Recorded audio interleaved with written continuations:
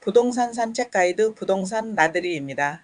서울 하늘 아래 내 집 한 채가 시간이 흐를수록 낡아가는 것을 보며 고민은 깊어집니다. 재건축을 기다릴 것인가? 아니면 리모델링으로 속도를 낼 것인가? 최근 서울의 주요 중층 아파트들이 이 갈림길에서 리모델링이라는 승부수를 던지고 있습니다. 특히 5천 세대가 넘는 매머드급 단지 남산타운이 오랜 침묵을 깨고 다시 움직이기 시작했는데요.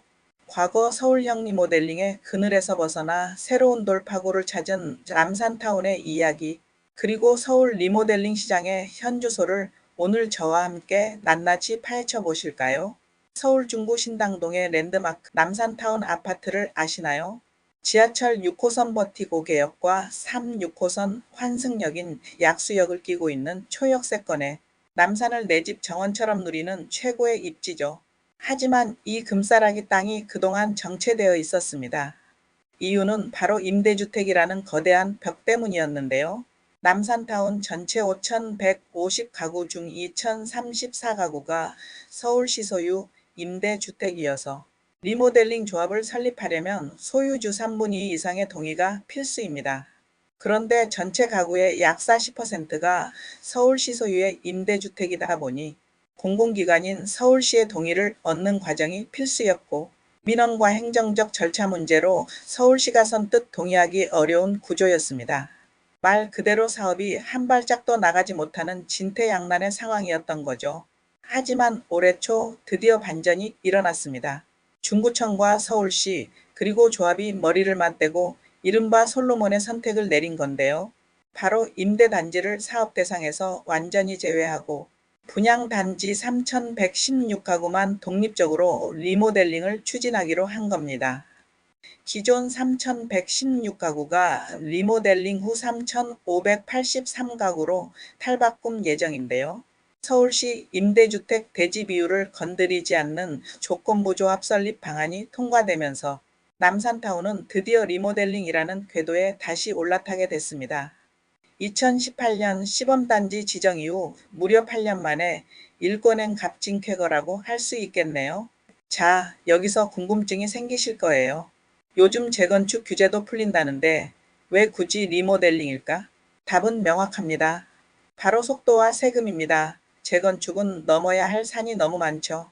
준공 후 30년은 기본이고 까다로운 안전진단을 통과해야 합니다.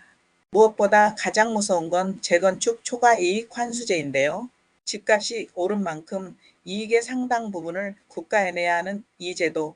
하지만 리모델링은 이 초과이익 환수제로부터 완전히 자유롭습니다.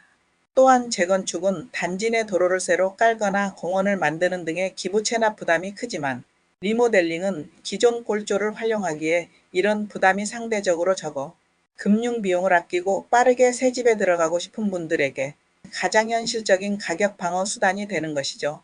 사실 리모델링 열풍의 시초는 2018년 고 박원순 전 시장 시절로 거슬러 올라갑니다. 당시 서울시는 도시재생에 방점을 찍고 재건축 대안으로 서울형 리모델링 시범 사업을 추진했었죠. 서울형 리모델링 7개 시범 단지로 중구 남산타운, 구로구 신도림 우성 1, 2, 3차, 송파구 문정시형, 송파구 문정건영, 강동구 길동 우성 2차 등을 선정했는데요. 하지만 장밋빛 미래만 있었던 건 아닙니다. 공공기여를 둘러싼 주민 갈등이 커졌고 서울시가 주는 인센티브는 안전진단 비용 지원 정도에 그쳐 실효성이 없다는 지적이 끊이지 않았습니다.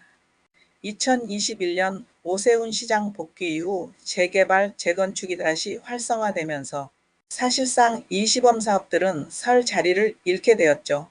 서울시가 주도하는 리모델링은 이 7개 단지만 마무리하고 신규 사업지는 받지 않기로 했었는데요. 현재 남산타운이 가장 주목받고 있지만 속도는 가장 더디고 나머지 단지들도 지지부진한 상태입니다. 리모델링의 장점은 명확하지만 그 과정은 결코 쉽지 않음을 보여주는 대목이죠. 하지만 서울시 아파트값이 천정부지로 뛰자 리모델링은 서울 곳곳에서 들불처럼 번지고 있습니다. 양천구 목동의 한신청구 아파트는 최근 70.6%의 동의율로 조합 설립을 신청했는데요. 목동 신시가지 재건축 순서를 하염없이 기다리기보다 전략적으로 리모델링을 선택한 겁니다. 강남권의 잠원동화, 목동의 우성이차 등도 속도를 내고 있죠. 물론 공사 비급 등과 수억 원대 분담금이라는 숙제가 남아있긴 합니다. 하지만 구축 아파트가 낡아 슬럼화되는 것을 방치하기보다 리모델링을 통해 단지의 가치를 끌어올리겠다는 주민들의 의지는 그 어느 때보다 강력해 보입니다. 리모델링은 뼈대만 남기고 다 바꾼다는 점에서 신축 아파트 못지않은 변신을 약속합니다. 재건축의 강력한 규제와 긴 세월을 견디기 힘든 이들에게 리모델링은 서울 도심에서 주거질을 높일 수 있는 가장 빠른 지름길이 되고 있습니다.